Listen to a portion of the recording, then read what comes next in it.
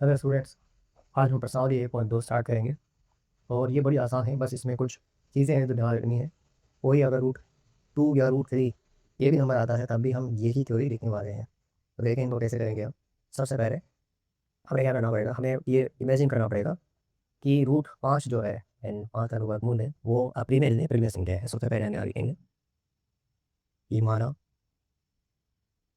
Root 5 एक परिमेय संख्या है। और भी क्या है, प्रीमियर संख्याओं को आप क्या कर सकते हैं, a/b के फॉर्म में लिख सकते हैं, या ये नहीं लिखना चाहें p/2 के फॉर्म में किसी भी फॉर्म के रूप में आप लिख सकते हैं, मतलब एक बीसी ऊपर और दूसरी संख्या नीचे। हम क्या करेंगे, ऐसे ही हम इसको लिखेंगे कि रूट 5 वो किस पे इक्वल है, a/b है। a और b क्या है वो हम यहाँ लिख देते हैं, जहाँ a और b सह अभाज्य पूर्णांक है। सहअभाज्य पूर्णांक क्या होते हैं ये मैं बता देता हूँ। जैसे कि मान लीजिए एक नंबर है 2 और एक नंबर है 3। अब आप देखें कि दो के जो गुणनखंड होते हैं, एक तो होता ही है, मतलब एक तो सबके पारे नहीं आएगा, यानी एक का पारा बोलो तब दो तो आएगा, 3 आएगा, यानी हर नंबर आएगा एक फिर से। अब दो किसके पारे नहीं आता है सिर्फ दो भी। ऐसे अब आप देखें 3, 3 किसके पारे नहीं आएगा आपको, एक तो है +3। तो आप देखें दोनों नंबर में कॉमन कैसे थे, तो ऐसे दो नंबर जिनके आबादी गुणनखंड के अंदर से कॉमन नंबर एक हो तो उनको हम कहते हैं सहभाज्य, मतलब 20 सहभाज्य हो। लेकिन अगर ऐसे लिखो 2 और 4, तो देखिए दो जो है और एक के पारे में से दो के पारे में आएगा खराब, 4 एक के पारे में भी आएगा, दो के पारे में भी आएगा, 4 4 4 के बारे में दिया है। अब देखिए यहाँ 1 2 आ गए और यहाँ पर ये 2 आ गए, दो नंबर आ गया। इसका मतलब ये जो दो नंबर हैं ये सहभाज्य संख्याएं नहीं है। और क्या समझ में आ रही है आपके ये बात, ये सहभाज्य क्या होता है। तो हम आगे बढ़ते हैं, ये जो ये आपको समझाने के लिए थी। अब देखिए आप क्या करेंगे, आप अब आपको रूल पता ही है, इसके नीचे माने कुछ नहीं है, तो ये जो आप ट्रांसफर करोगे इसका, ये जो बीज है ये इसके गुणा में चला जाएगा। तो आप इधर देख सकते हो कि जो ए है, यहाँ ए इस तरह पे का ए है और इसके इक्वल है रूट 5, और बी को रूट के अंदर नहीं लिखना है, बी बाहर है। ओके, अब हम क्या करेंगे, इन दोनों पक्षों का क्या कर देते हैं, वर्ग कर देते हैं। हमें यहाँ लिखना है,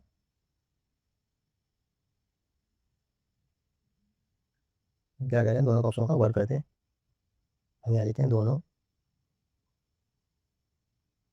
पक्षों का वर्ग करने पर,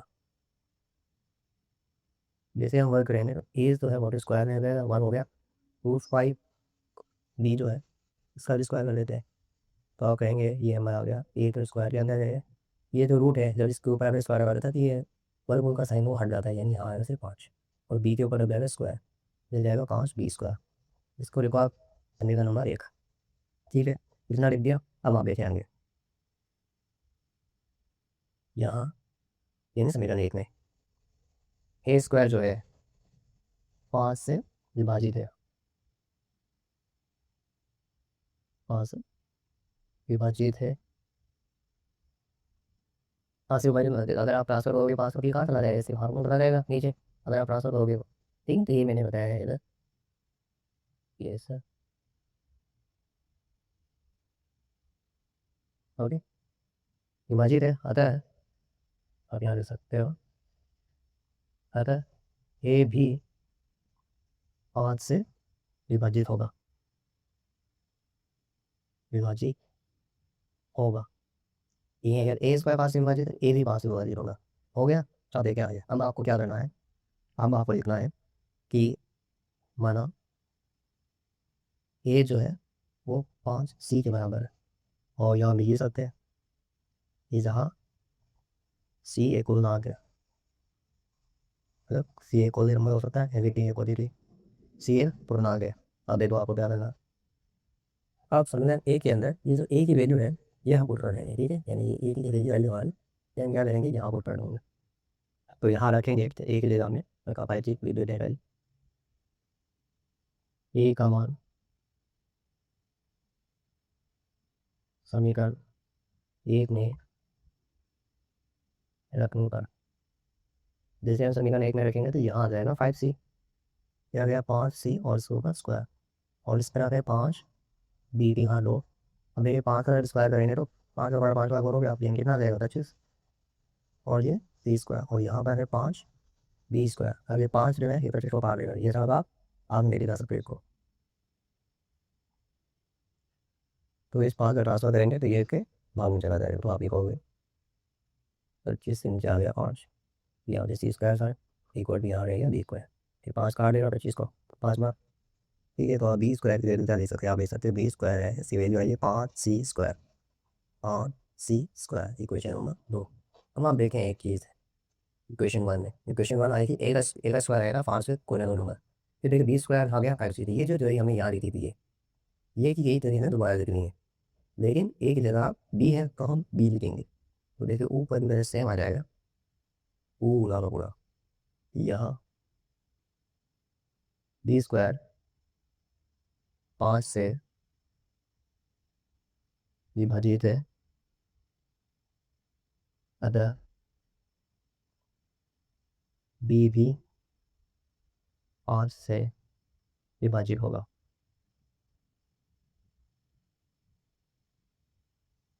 और अब आप एक चीज़ देखें, ए जो है हमें ए भी 5 से विभाजित है, बी भी 5 से विभाजित है, समझ ए और बी का जो कॉमन गुणनखंड हो गया, समान गुणनखंड हो गया, वो क्या हो गया 5 हो गया। जबकि हमने ये बात शुरू में कही थी ए और बी तो सहभाज्य संख्याएं हैं, हमें ये लाइन यहाँ पहले कही थी कि ए और बी सहभाज्य हैं। अब सहभाज्य लाइन बता दिया कि ए के अलावा कोई नंबर कॉमन आना ही नहीं चाहिए था, लेकिन इसमें क्या गया 5, ठीक है। यानी इसका मतलब ये हुआ कि ये जो हमने ट्री में मानी है ये ट्री में नहीं है, ट्री में बस यही तो है वहाँ लिखूंगा, ये तो चीज़ हम समझे, ये चीज़ यही पूरी तो ये है यहाँ पे लिखनी है, बाकी क्वेश्चन लगभग खत्म हो चुका है, ठीक है। तो हम यहाँ लिखते हैं समीकरण 1 और 2, 1 और 2 से स्पष्ट है कि ए और बी दोनों का कम से कम एक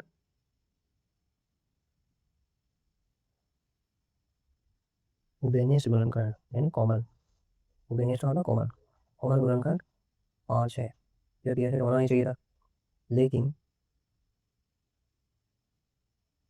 यह है हमारी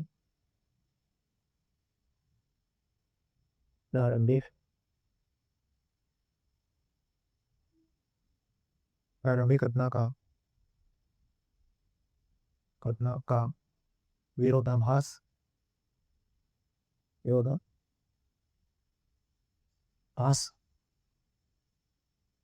करता है कि ए और बी सहअभाज्य संख्याएं हैं, सहअभाज्य संख्याएं हैं। यह है विरोधाभास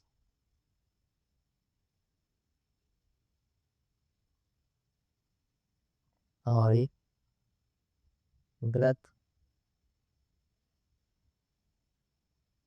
कल्पना गलत कल्पना के कारण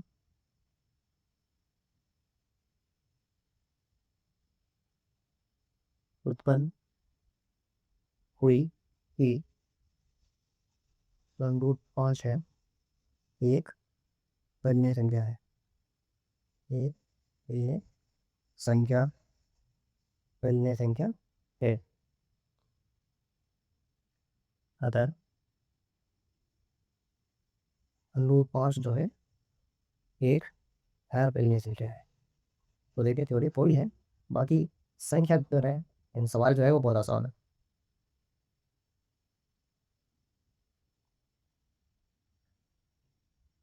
ओके आते हैं सवाल नंबर 2 की तरफ। तो इसको सोल्व करते हैं, सेम वही प्रोसेस रहेगी जो पीछे रह चुकी है, बाकी ये वाला उससे भी आसान होगा।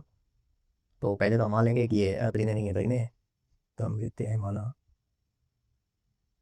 3 + 2 √5 एक परिमेय संख्या है, परिमेय संख्या है। 3 + 2 √5 बराबर ए ऑन दी, यहाँ देख सकते हैं कि ये क्या है, जहाँ ए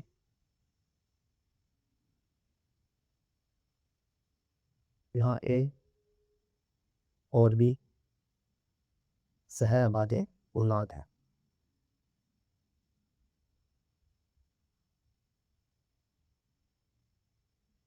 पूर्णांक है, ये नीचे बता दिया। और पी जो है वो 0 में होना चाहिए। अब देखिए आगे, अब हम क्या करेंगे, ये 3 वाला नंबर है, इसका हम ट्रांसफर कर देंगे सर। तो देखें यहाँ प्लस का साइन, कोई साइन नहीं है, इसका मतलब यहाँ प्लस है।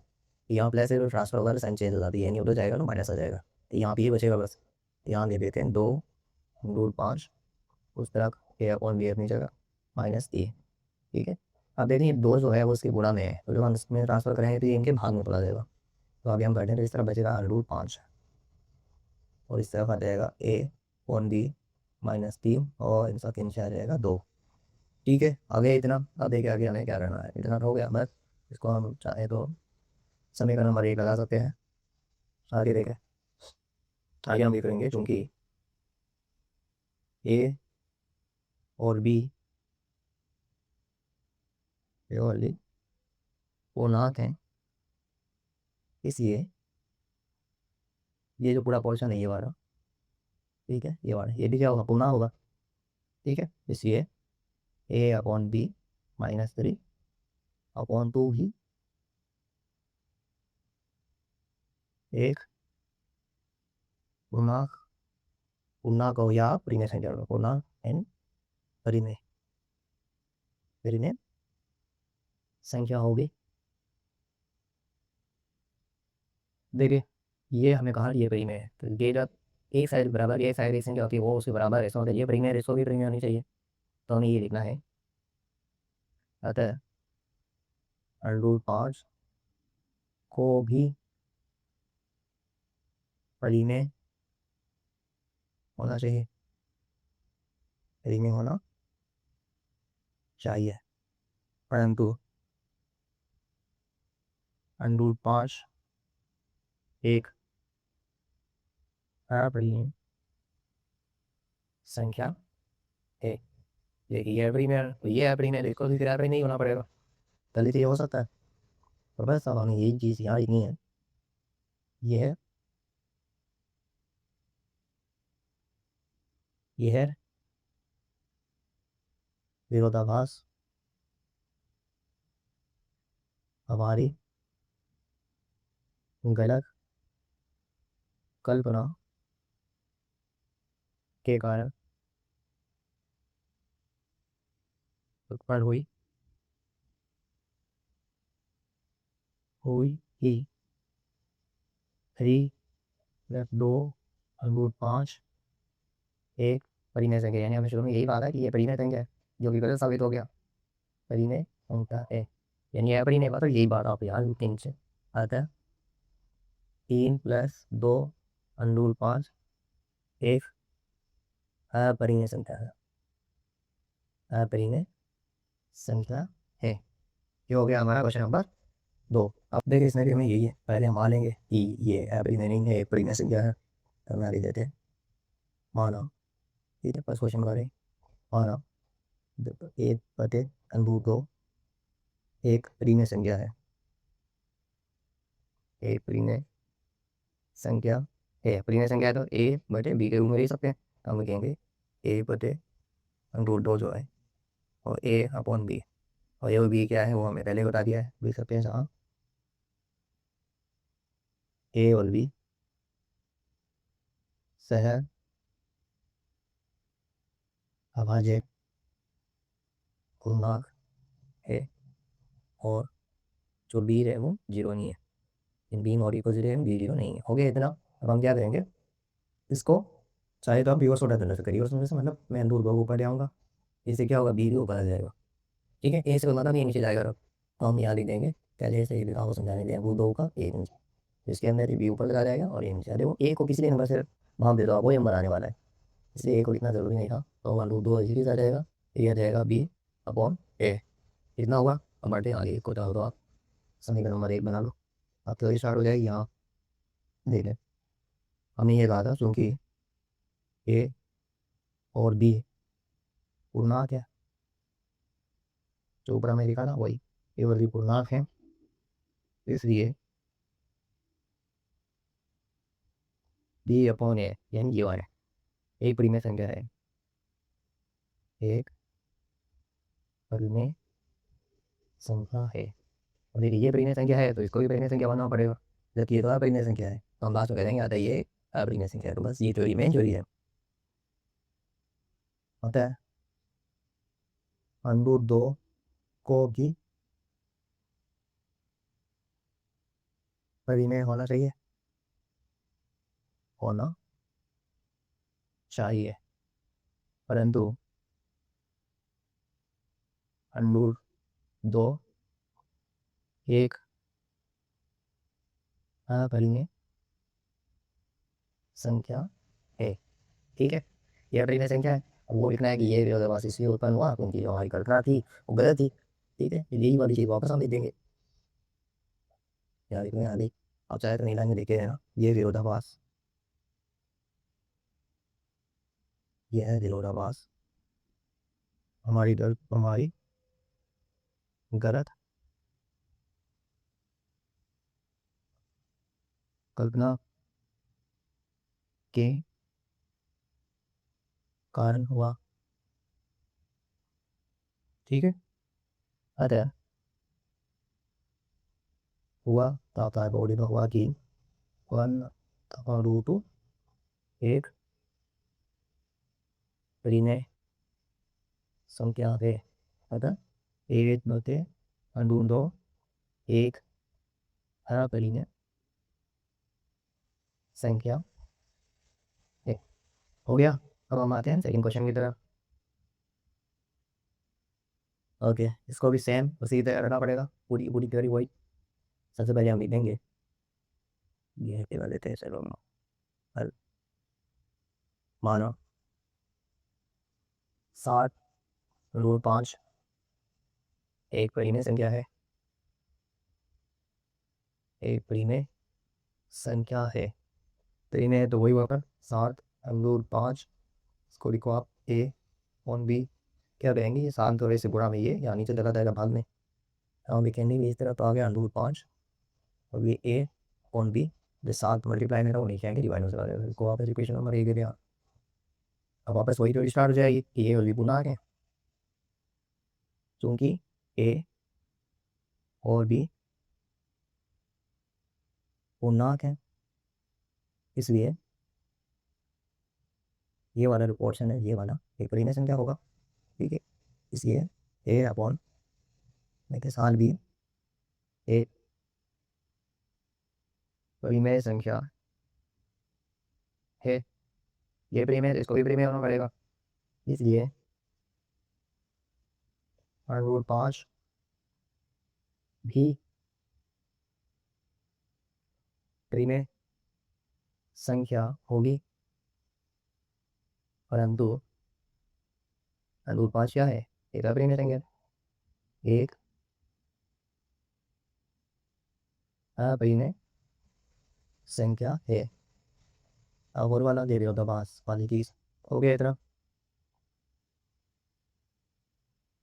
यह है विरोधाभास, यह है विरोधाभास हमारी गलत कल्पना के कारण हुआ। तो अतः जो 7 √5 है वो क्या हुआ, ये अपरिमेय संख्या थी, अपरिमेय संख्या है। ओके, अब इसके लास्ट क्वेश्चन की तरफ चलते हैं। ओके, लास्ट क्वेश्चन, इसको भी यही करना है। सबसे पहले हम मान लेते हैं कि माना 6 + √2 है, एक परिमेय संख्या है। ये परिमेय तो वही 6 + √2 को हम ए अपॉन बी में देख सकते हैं, और यहाँ लिख देंगे यहाँ ए और बी यहाँ लिखा सहभाज्य संख्याएं हैं, सहभाज्य पूर्णांक है, सहभाज्य पूर्णांक है, और जो बी है वो 0 नहीं, ठीक है 0 है।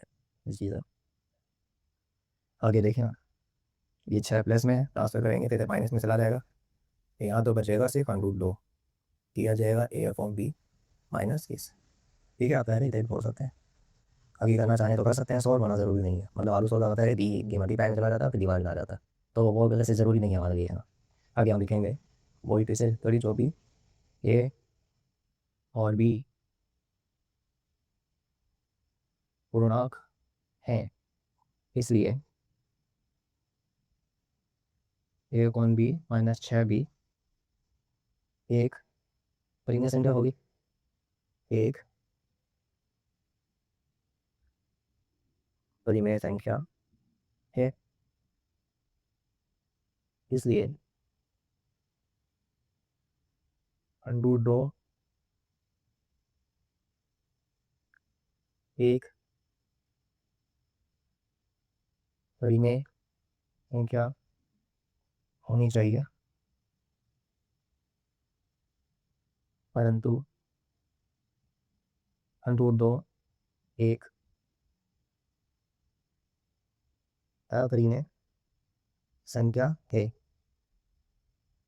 यह विरोधाभास